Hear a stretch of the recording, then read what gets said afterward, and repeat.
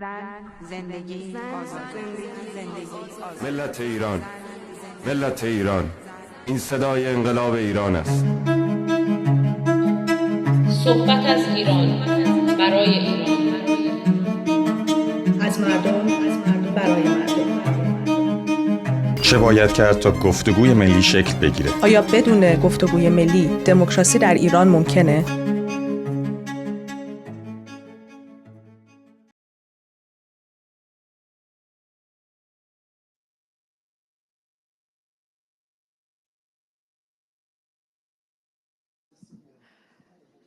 Hello, everyone, and thank you for coming.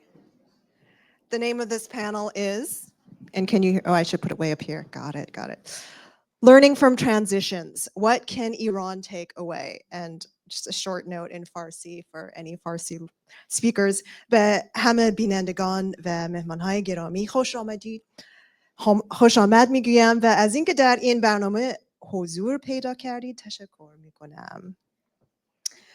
We plan to reflect today on the democratic transitions in recent history, their successes and setbacks, what practical lessons Iranians may be able to learn, what to do, what not to do, how they might be able to adapt these lessons to Iran in their own way, in the hopes of guiding national dialogue and prepare for a sustainable transition.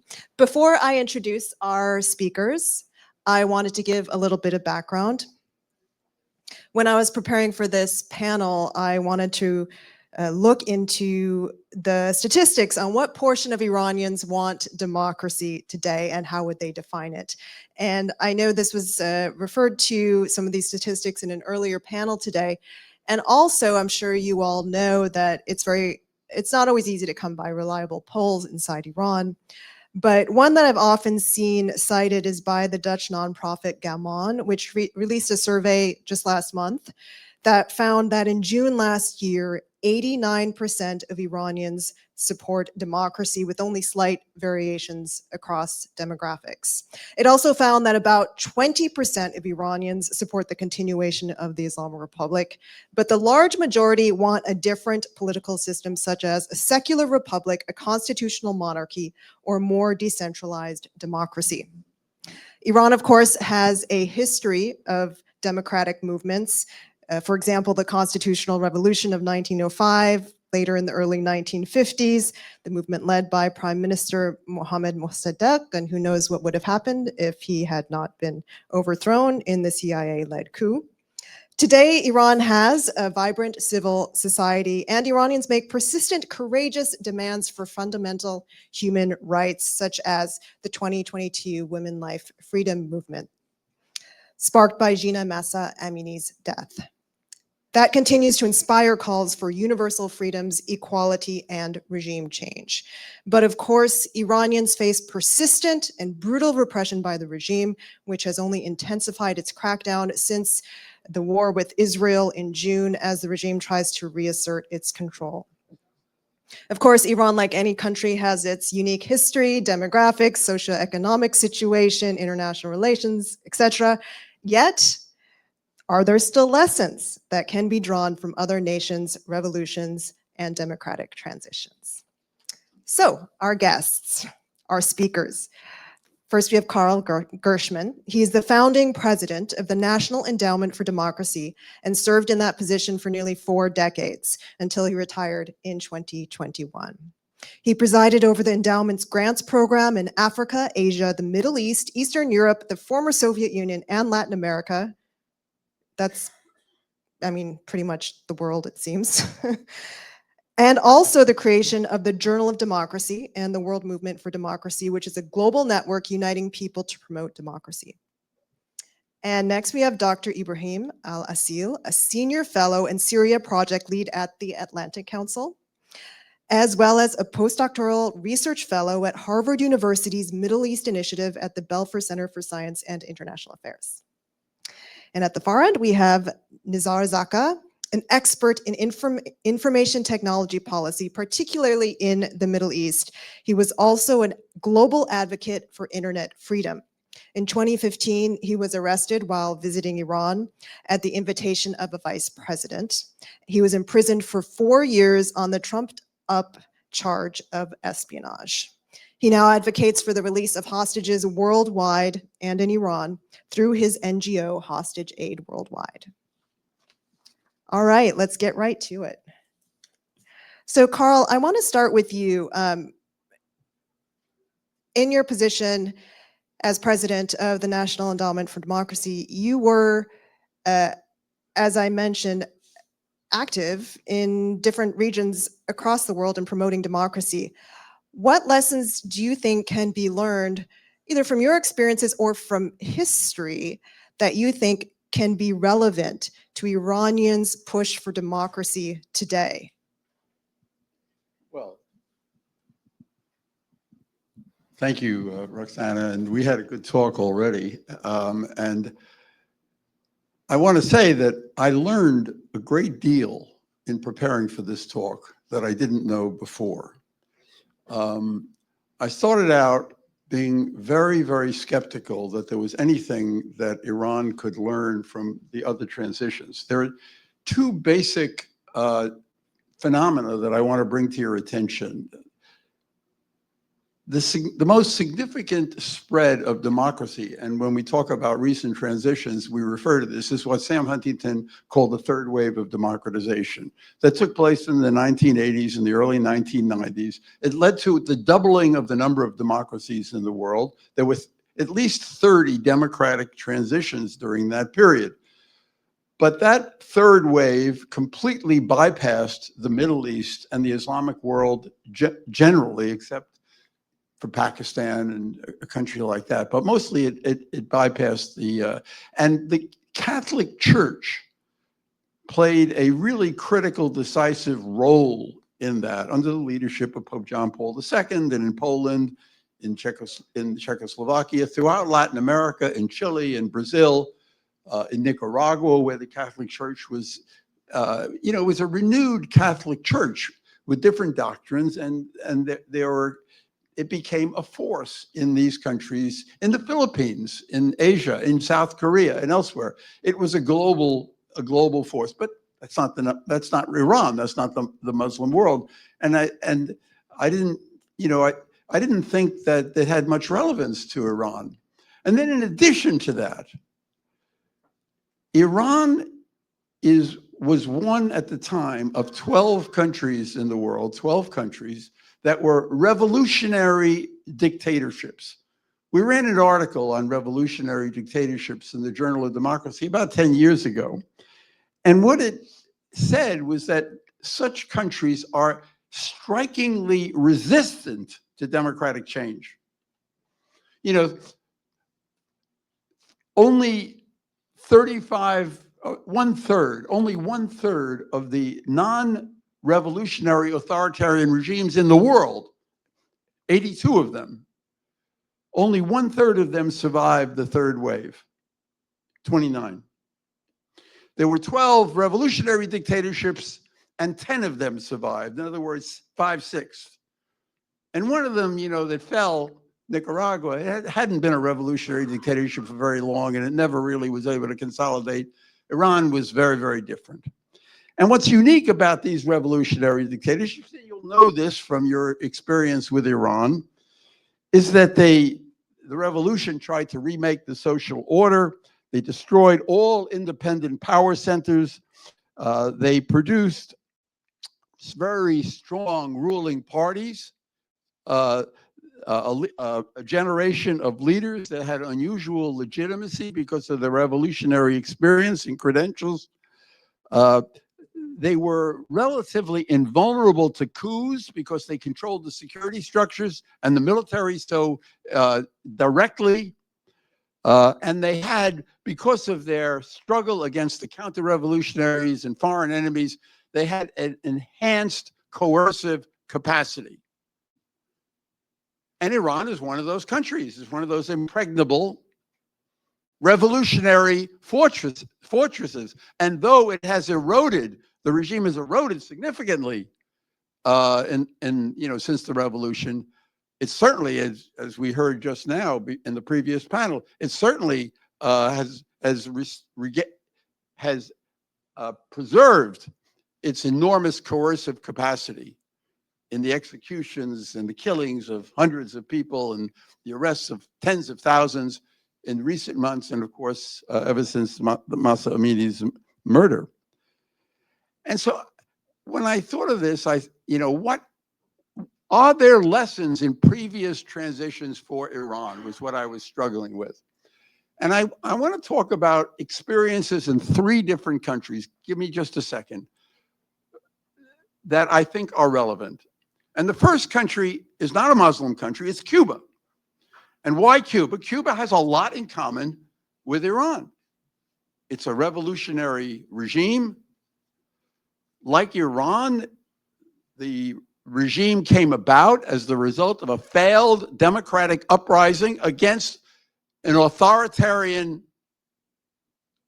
leader, Batista in the case of Cuba, the Shah in the case of Iran. It produced a very strong and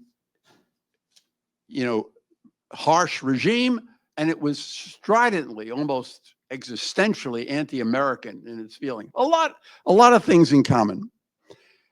And there was one experience in Cuba, the most important challenge to the government that I think you need to look at. And I'm going to talk about 3 experiences now. Roxana has already Googled them. Each one of them is Googleable.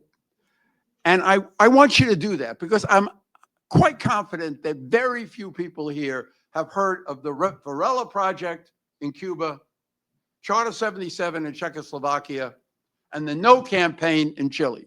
But all 3 of those things have relevance to Iran. And I want to explain why. I'll try to do that as briefly as I can.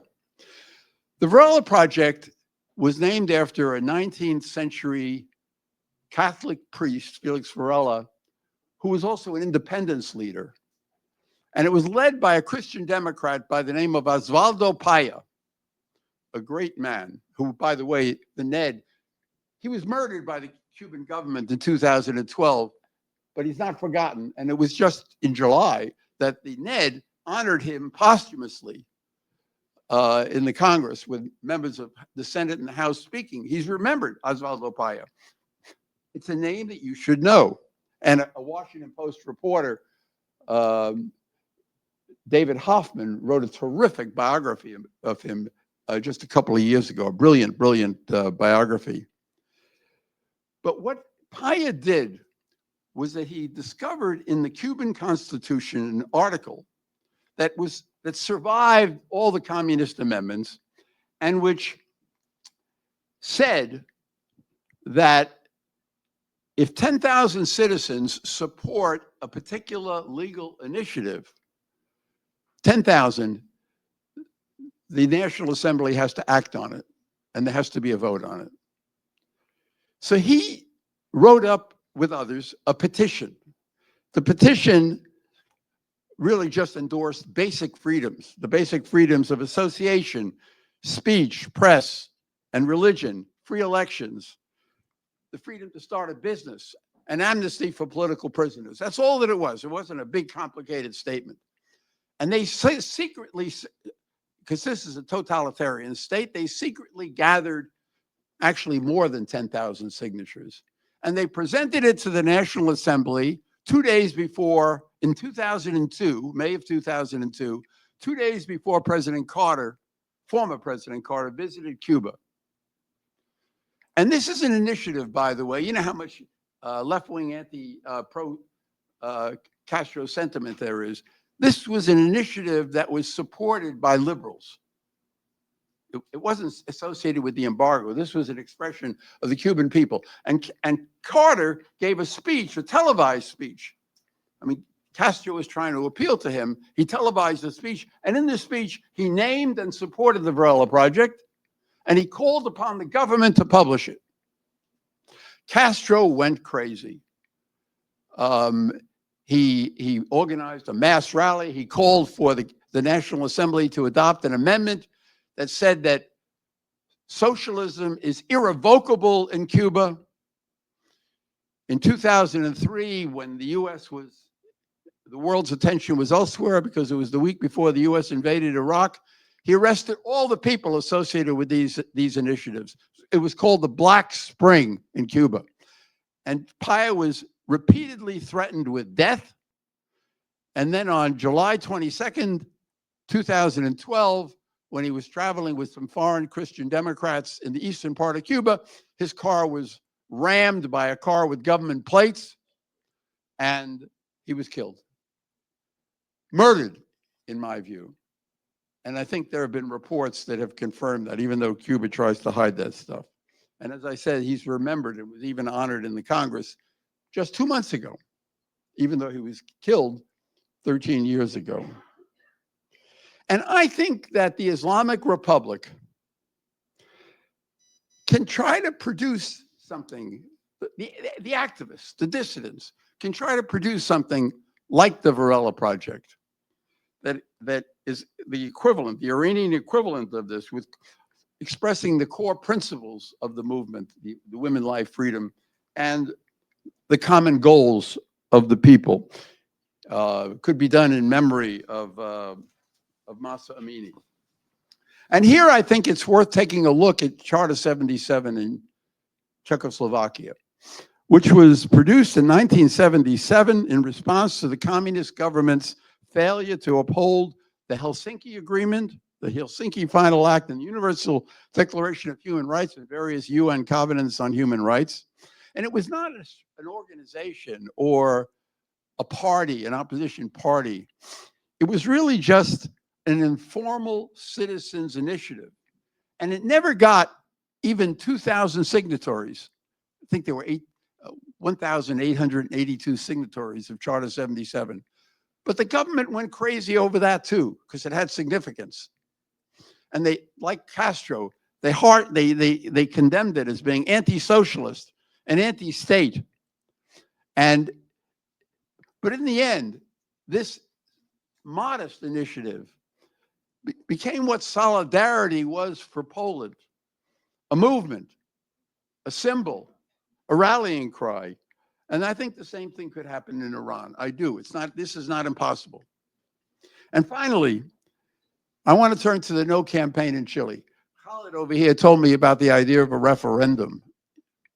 But you can't have a referendum in Iran today because, you know, it's not a realistic idea. The regime will never allow it. The opposition is too weak, and there are no free conditions for a fair vote. But if the opposition were to circulate the kind of statement I've talked about, the equivalent of the Varela Project or the Charter 77, and if they could develop a campaign behind its own petition and charter, which, for want of a better name, let's call it the Mahsa Amini Manifesto, it could begin to gather domestic and international support the way these other, I mean, Charter 77 gathered international support, but it had to exist before it could gather that international support. And who knows? I mean, pressures could build, citizens can be mobilized, elements of the so-called international community could get behind it and endorse it, and even some pro-regime Iranians might see this as a way out of the present political impasse and economic catastrophe that we heard so much about in the previous panel. The idea of a referendum under fair conditions, with the manifesto being one option and maybe the status quo the other, could then become credible. It's possible, with international pressure demanding that it be fair, possibly even monitored. And here, you know, you have what happened in Chile. I mean, Pinochet wanted to overturn the results of the campaign for the no in Chile, which was in their constitution to have a vote in 1988 on whether to go to free elections or continue with the dictatorship. And they mobilized what was called the no campaign in Chile. And the US observed it, and it became a big international event with a lot of attention. The regime lost, and Pinochet was overthrown as a result of that no campaign. But the Chilean government wanted to intervene beforehand, I can see the same thing happening in Iran. If they agree to a referendum and then they're losing it and they want to overturn the results and what have you, but there would be then, this wouldn't be happening in isolation. There would be an international monitoring of this, international awareness and following of what's going on. And given what The Economist magazine has called the regime's cronyism and paranoia, and The Economist interestingly likened the regime today, likening its stench of decay. This is words from The Economist.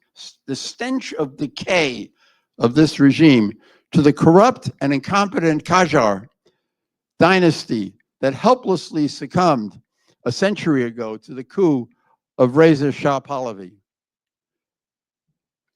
I think anything is possible under these circumstances, given the vulnerability of this regime, even though it retains a strong coercive capacity.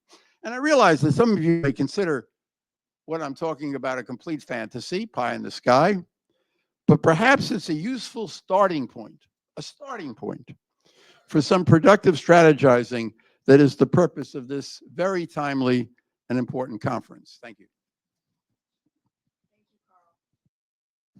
Thank you, Carl. So those three examples that you mentioned that are Googleable, the Varela project in Cuba, Charter 77 in then Czechoslovakia, and No Campaign in Chile.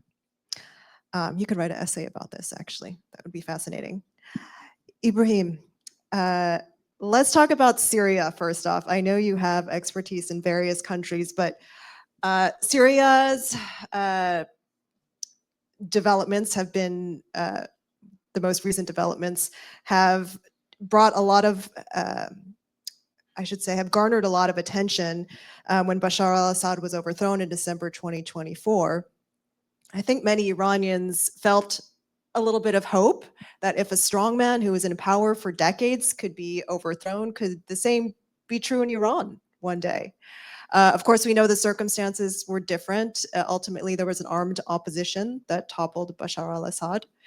But you were recently in Syria, and you've written about some of the risks and opportunities in this fragile transition in Syria. What do you think are some lessons, despite these differences between what happened in Syria and Iran? What are some lessons that Iranians could learn from the Syrian experience? Thanks, Roxana, and thanks, Siamak and Nima and everyone for organizing and hosting us. And thanks for being here on a Friday afternoon. So I'll tell you a story, brief story, and then 3 points, and then some lessons learned, and within like 7-8 minutes, not more.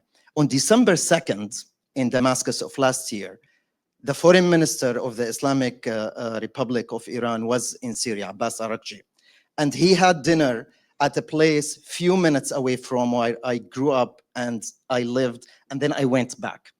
So he had dinner, shawarma, on December 2nd, and he tweeted about it, how delicious it is. 4 days later, Bashar al-Assad was toppled. So A, Abbas Araghchi will never enjoy Syrian shawarma again. B, if we ever cross paths there, I'll take you to the same table and we will enjoy Syrian shawarma. 3, transitions sometimes happen suddenly. You don't expect them. Those who are toppled, they don't expect them. Observers, they're like, it's not going to happen anytime soon. And history is like, hey, let me surprise you humans once again, that something you don't expect it to happen, it will happen. So you can read 3 things out of this story. And history clearly shows us that A, the Iranian regime will be gone at some point. Sooner or later, one way or the other, the Iranian regime will be gone. And that's good news. B, which is not really great news, because the inheritance will be ugly. And that always happens after dictatorships. Because usually, when people are rising against the dictatorships, there is a focus on a goal. And then we don't think much about how much they ruined the country they are ruling. And then when they are gone, the inheritance is not gone. You will need to face it. So things we discuss now on polls or in a friendly way about decentralization or secular government, constitutional monarchy. In transitions in many places around the world, people kill and get killed for that, unless those nations find a way to deal with those questions without resorting to violence. And I'll talk about that in a minute. So I'll put the challenges in 4 main buckets. A, the issue of legitimacy. And that's a very, very important point. And we are struggling with that now in Syria, because when the regimes are gone, usually there isn't an alternative that enjoys wide legitimacy. And you cannot impose legitimacy top down. You need to regenerate that legitimacy. And mainly it could be regenerated through inclusivity, through including different actors, different voices, and addressing different conflicts within society. Rural versus urban, generational conflicts, conservatives and liberals and secular, monarchists and non-monarchists, all these issues that, and the divisions and what we call in political science, cleavages among society that needs to be addressed. Second, the state institutions. And in many transitions, specifically after decades of dictatorial rule, usually nations find that the state institutions are hollow. And then to regenerate and rebuild and support the national bureaucracy is a huge challenge. And that those institutions, they need to be preserved. And that thinking doesn't start when the regime collapses. It should start earlier.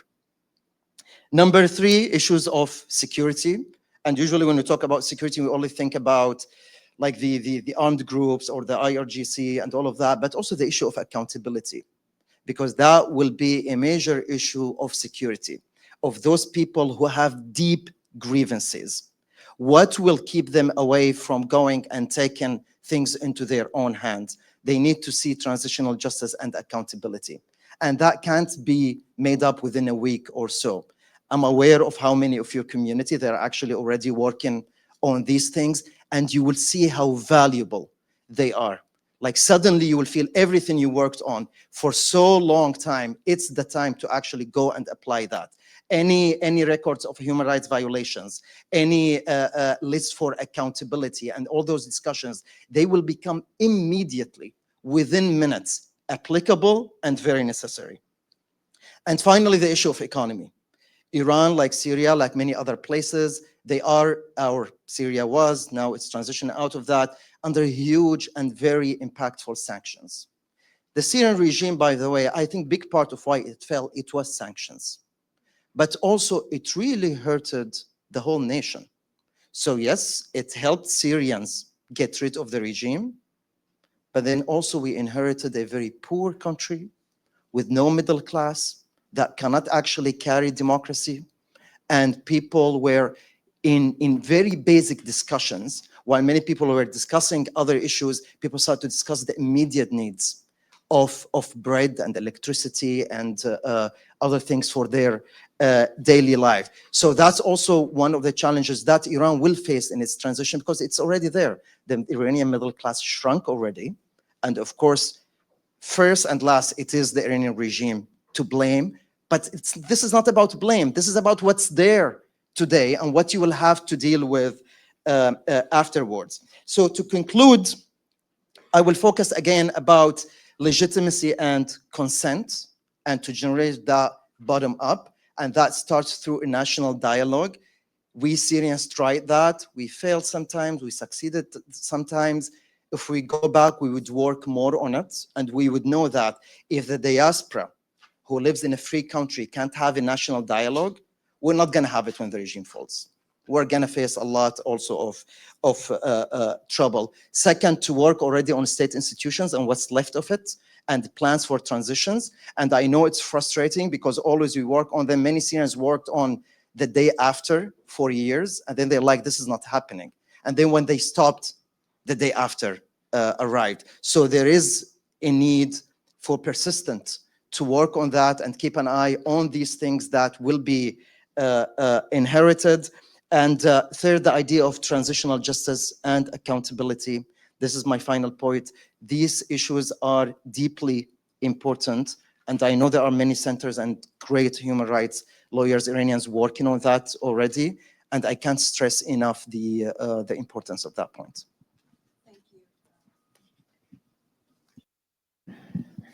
This is for later, I think, right? And I don't know if we're going to be able to get to this, Ibrahim, because of limitations of our time today, but for anybody who's interested, Ibrahim wrote a fascinating series of tweets that was turned into an article on the Atlantic Council website a few years ago titled "Syrians Can't Tell Iranians How to Win, but We Can Share Lessons We Learned the Hard Way." And there were some very interesting and I think relevant tips on there, like keep in mind you are in a marathon, not a sprint. There is a role for everyone. You do need everyone, and tips like that. Nizar, Ibrahim just mentioned the importance of human rights documentation, and I know you have been involved in that, but I also wanted to ask you about internet freedom. So take your pick. Do you want to talk about internet freedom or human rights documentation? I will try to mix both. Okay, we can do that. In a few minutes. Okay, so in your experience then, in working on both of these areas around the world, what lessons do you think are relevant to the hopefully future democratic transition in Iran? Well, most of what I learned was in Evin. So I learned a lot in Evin because I never met any criminal at Evin. Who I met is great people, very smart people who really, everybody had a vision for Iran. Everybody believed in democracy, and what I was able to gather, like during my visit to Evin, is that first, Iran is very different from any other country when it comes to freedom, to democracy. It's a big challenge that even if I think a lot about, the more I think about, the more I see how difficult it is. But I am sure the Iranians have enough creativity to find a way out of it. But I cannot, like, you look at one part, what happened in the revolution, how it was hijacked by the mullahs. It was exactly like what happened in Egypt, if you compare how it happened. But at the same time, what they did, they destroyed the institutions. In Egypt, they did not destroy the institution. That's why they were able to correct the mistakes they did by bringing the Muslim Brotherhood to the regime, and then at the right time, they were a reverse cycle. It's very important because every time the revolution is done by young and very, very good people that they have very good intention, but then it's hijacked by the group that is the most organized and on the ground and has a plan, and he can take over. And exactly what happened in Egypt, it's exactly what happened in Iran when the students started the revolution.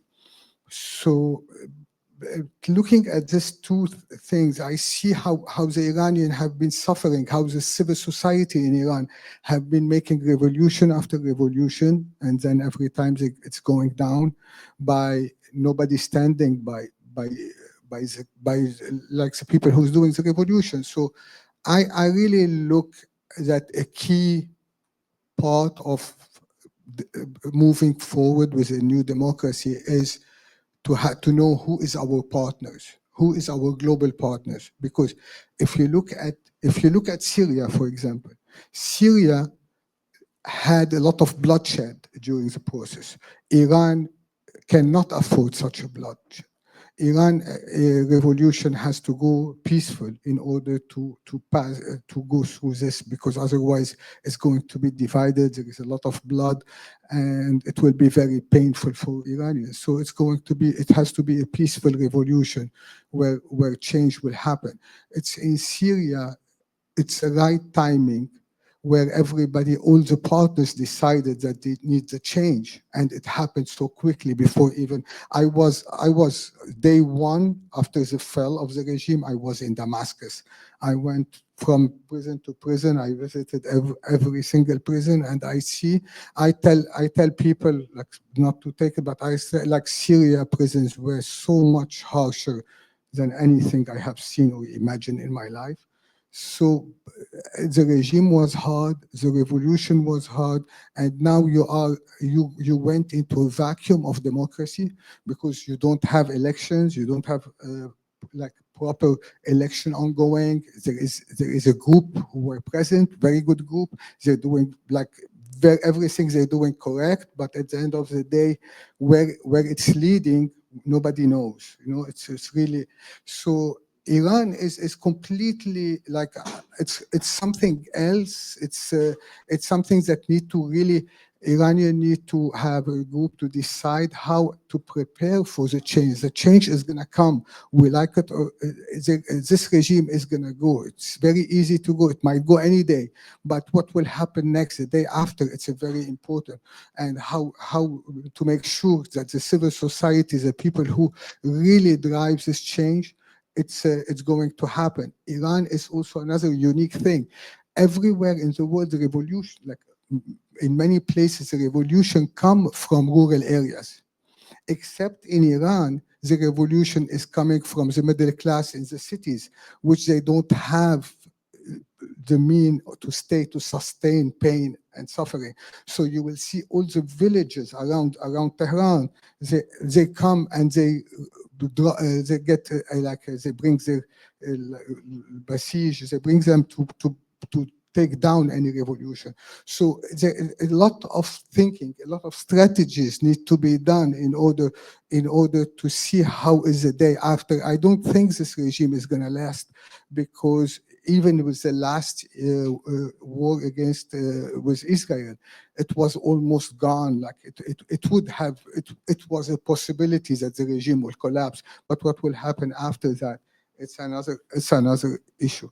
Having said that, the voices, the democracy, I believe the best way to mobilize the community and to have a voice and not to have the organized group taking over any revolution will be internet freedom, will be mesh networks, will make sure that all the society is working together, is connected in a proper way, that because the first thing any regime is doing is going to disconnect the internet, they're going to do. So the best way is to be very well connected, and networks are developed between communities and structured in a way where every voice, people can like say their voices and speak up and have a freedom of expression. Today's freedom of expression changed completely from people being able to say what they want, because any regime would love somebody to speak whatever he wants, but as long as he listened to himself only, you know. But once we want to have this change, we need to give a voice to every single citizen in order to create momentums and change in these countries. So sorry, it wasn't very but this is what I understand from Iran, from my time in Iran. Thank you, Nizar. I think so. A personal response to this, as I suppose the Iranian on this panel, but one who grew up in the United States and lived in Iran for a while. I think a lot of Iranians, in hearing this, people inside Iran, perhaps Iranians outside, might think, yes, it's very good advice to, think about the day after, think about state institutions, how will we build them afterward, how will we hold violators of human rights accountable, but there are, I was just talking to an Iranian analyst friend yesterday who said, all of these things are very important, but what do we do when the levers of hard power are in the hands of a regime in Iran? They have security power, they have the power of the intelligence, they control the media, they control the borders, they control much of the economy. So what advice do you have for Iranians who might feel at a loss for what to do? And are there any examples of successful transitions to democracy elsewhere where the people had the same kind of challenges, where they didn't have any of these levers of hard power, or very few, and without really a foreign international military intervention? We saw what happened with Israel, but it didn't remove the regime. So does that question make sense? Who would like to take it on? I mean, first of all, I just want to emphasize the differences between the Assad regime in Syria and the Iranian regime. The Assad regime was not a revolutionary dictatorship. It had really no legitimacy. Yeah, okay. It had a civil war in which 600,000 people were killed. This was not a government with any legitimacy. It did have an enormous capacity for violence, but it was really propped up by Russia and Iran. It was propped up by Russia and Iran. And when Russia became totally involved in the war in Ukraine, and Iran was utterly diverted by Israel's destruction of Hezbollah and its attacks on Iran itself before June 12th, the government just collapsed. Iran is not that way, I regret to say. And look, you got to get rid of this regime. That's the first step. I agree with everything that Ibrahim said about the difficulty of transition.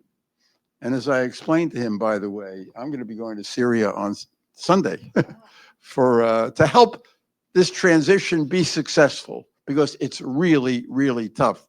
And the guy who's running it is an uncertain guy. We don't know a lot about him, but he's doing the right thing right now. And a lot of good things are happening, but it desperately needs international support. And I agree with you completely on that. But right now, Iran is not close to falling. And we need strategies to get rid of this government, because nothing is going to happen. I mean, it can continue to erode. There could be other things that happen internationally that would undermine the regime. But I think, as we saw in June, Iran's being attacked very harshly by Israel and the United States. Maybe it may have even helped the regime in a certain way, by giving it a kind of a nationalist, more of a nationalist legitimacy than it otherwise would have had. This is not, it has to come from the Iranian people. We have to develop strategies that come from, and that's what I was trying to talk about. How do you, and it's so hard under a totalitarian, not only a totalitarian state, but a murderous state. I mean, how many people are being executed now every month? I think it's over 140. Over 140. In June it was over, or July it was over 100, and this year it's like 800 I mean, I something. think it's at least 400 people since the June events. And then you have tens of thousands of people who've been arrested. This is really, really tough. And how to develop strategies for this. I know how difficult it is. And even when I was talking, you know, Charter 77 in Czechoslovakia was not Iran today. As bad as it was, there were spaces and there were dissidents and they could act and speak. And they were arrested, you know, but they were also protected by the international community. I mean, Václav Havel, who became the president, the leading dissident, was a playwright and a very successful playwright. You don't have that in Iran. It's much, much tougher. But that doesn't mean that we give up. You know, I thought Cuba is a certain interesting thing for me because it's also a tough place, not as tough as Iran. You know, but then at the same time, and I think this is significant, the protests in Iran are far more sustained and are larger than whatever there has been in Cuba. I mean, you might not believe this, but Cuba had one protest until the events of July 11th, a few years ago. It was during what's called the special period in Cuba, which was after the fall of the Soviet Union. They lost all their subsidies. And it became the special period when they were tightening belts and the economy was in real trouble. And they had one small uprising on the harbor area of Havana called the Malaconazo. It was a few hundred people, or maybe 1,000 people. It lasted one day. Nobody was killed. I think 300 people were arrested and 30 people were injured. This is not Iran. Iran is really, really tough. But remarkably, the protests are more sustained and they're larger. And they're not going away. They're repeated. You know, you had 2009, then 2017, 2019, and then Masa Amini, and there's going to be another Masa Amini. We know that. The question is, how do you develop something more than just being in the streets and being killed by the regime? How can you develop a political identity? That's what I think we need to, I think this conference has to think about that. And there can be collaboration between the diaspora and the people inside over something like this. I mean, you know, a statement, you guys can help. You have people inside. You can develop something like a Charter 77, something like a Varela project, but you got to know what those things were, how they worked, how Iran is different, how Iran is has certain areas of hope. But I just think you got to focus not on the difficulties that are going to come afterwards, and they're going to be enormous. I agree completely. They're going to be enormous because of the effects of this regime. You got to get rid of this regime.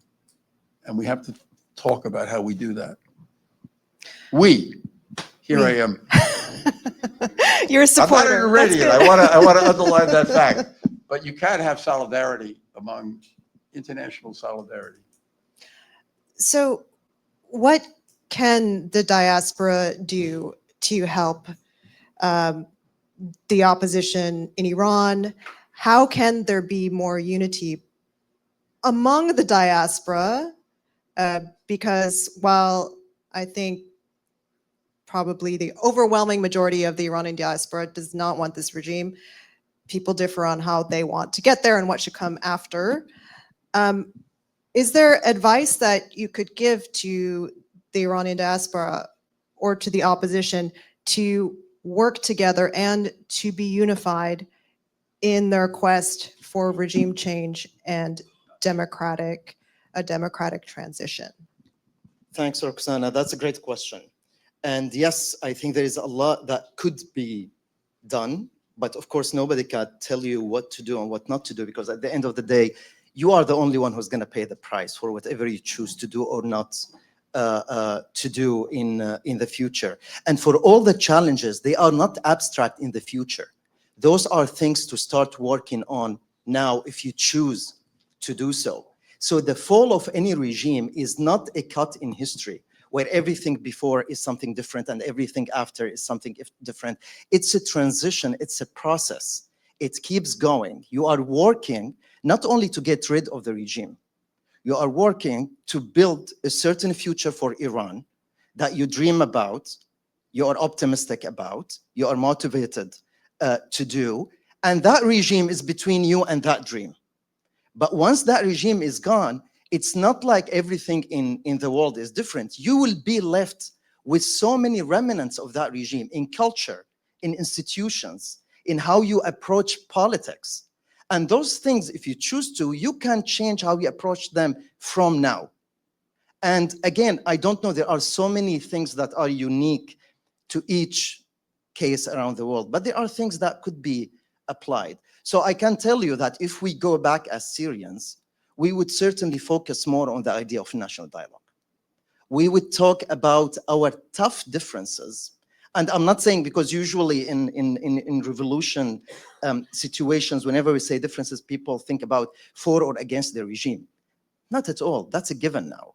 That's where we all stand from the Iranian regime.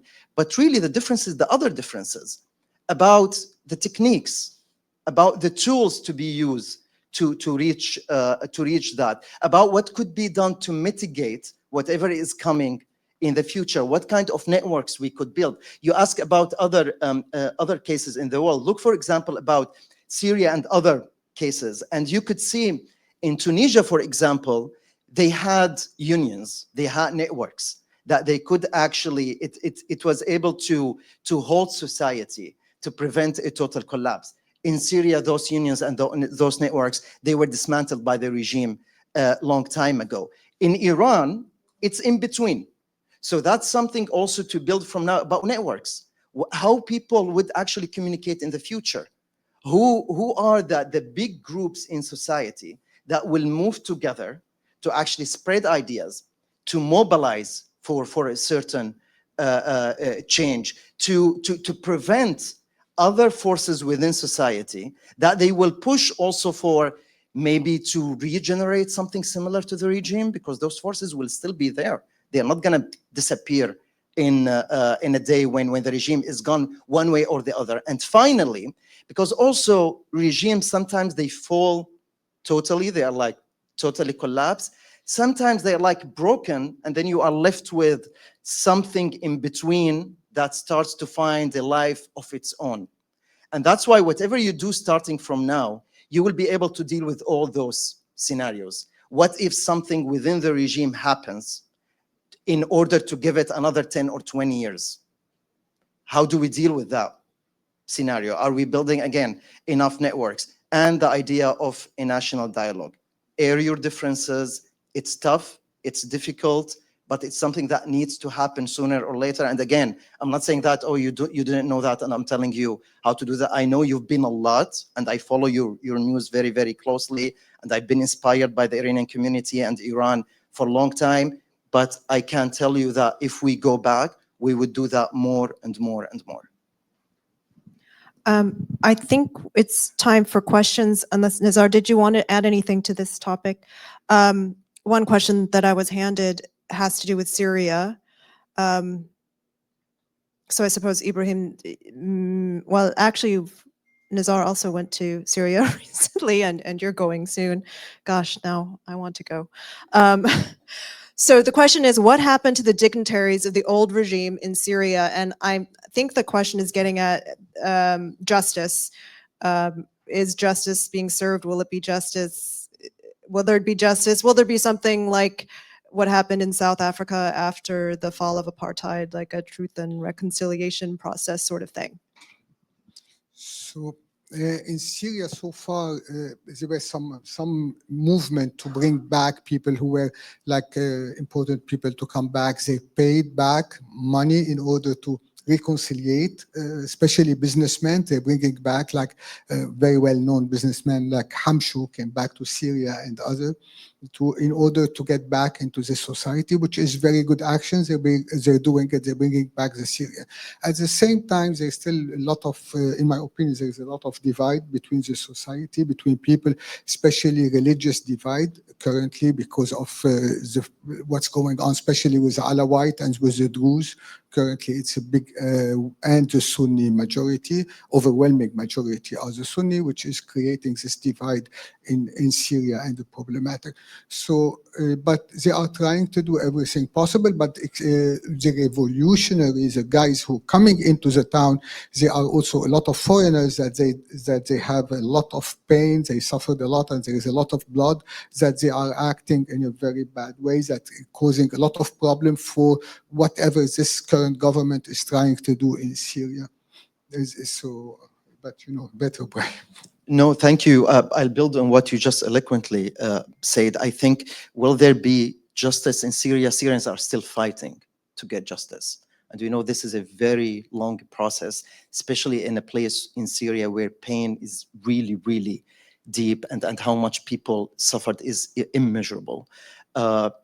People are starting to do that. The civil society is exhausted. There have been, you mentioned South Africa, there have been some, what we call truth tents, where people go and talk and share stories that happened to them. But also, I think that's one of the issues of the current authority, that this is not a priority for them. Many are pushing. There are others who say, yes, this is not the priority. The priority is now electricity and bread and food and security. I think all of the above makes sense, but you can't rebuild a country. You can't rebuild a state. You can't rebuild a nation without some transitional justice, because transitional justice is not only about the past. It's about the future. It actually redefines the norms in society and the state-society relationship. Would the state do that again to the people or not under a different revolutionary regime or something? Or would actually society draw a line, and that could only happen through accountability? Is there anything you want to add to that? No, just that it's so difficult. It's so difficult, and how do you, there's a tension between justice and inclusion and reconciliation, a real tension. So it has to be done very carefully where you go after the real criminals. What happened in March in Syria, in the coastal area, where I think, 1,400 Alawites were killed? A lot of it was revenge killing.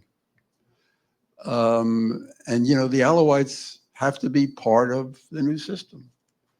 But at the same time, the people who committed crimes have to be punished. But look, like Assad, some of them flee and they're not there anymore. Maybe you can have a process of truth and, truth and reconciliation process, which brings out the truth. Who committed the crimes? Even if they've left the country, where Assad is in Moscow now, even if they've left the country, they should be subject to some form of accountability and called a criminal. And they will be known as that for the rest of their lives. There were horrible, horrible crimes that were committed. We're not going to visit this prison. What is it, Sadnaya? It's just horrible when you see the killing and the torture that took place in some of these prisons in Syria. It's really, there has to be a real process. And I don't know that the government is capable of doing this. It's a weak government. It doesn't control more than 30% of the country.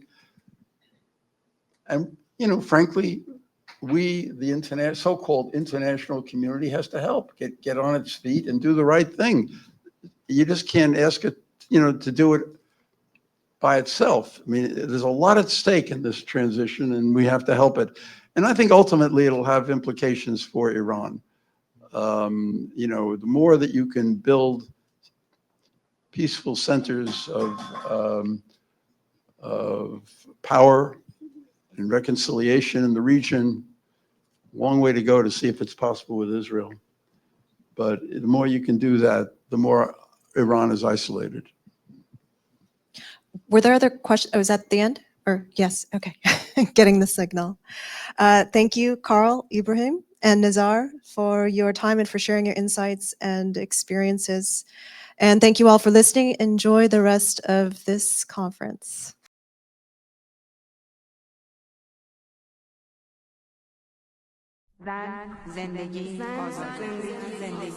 ملت ایران، ملت ایران، این صدای انقلاب ایران است. صحبت از ایران، برای ایران، از مردم برای مردم. چه باید کرد تا گفتگوی ملی شکل بگیره؟ آیا بدون گفتگوی ملی دموکراسی در ایران ممکنه؟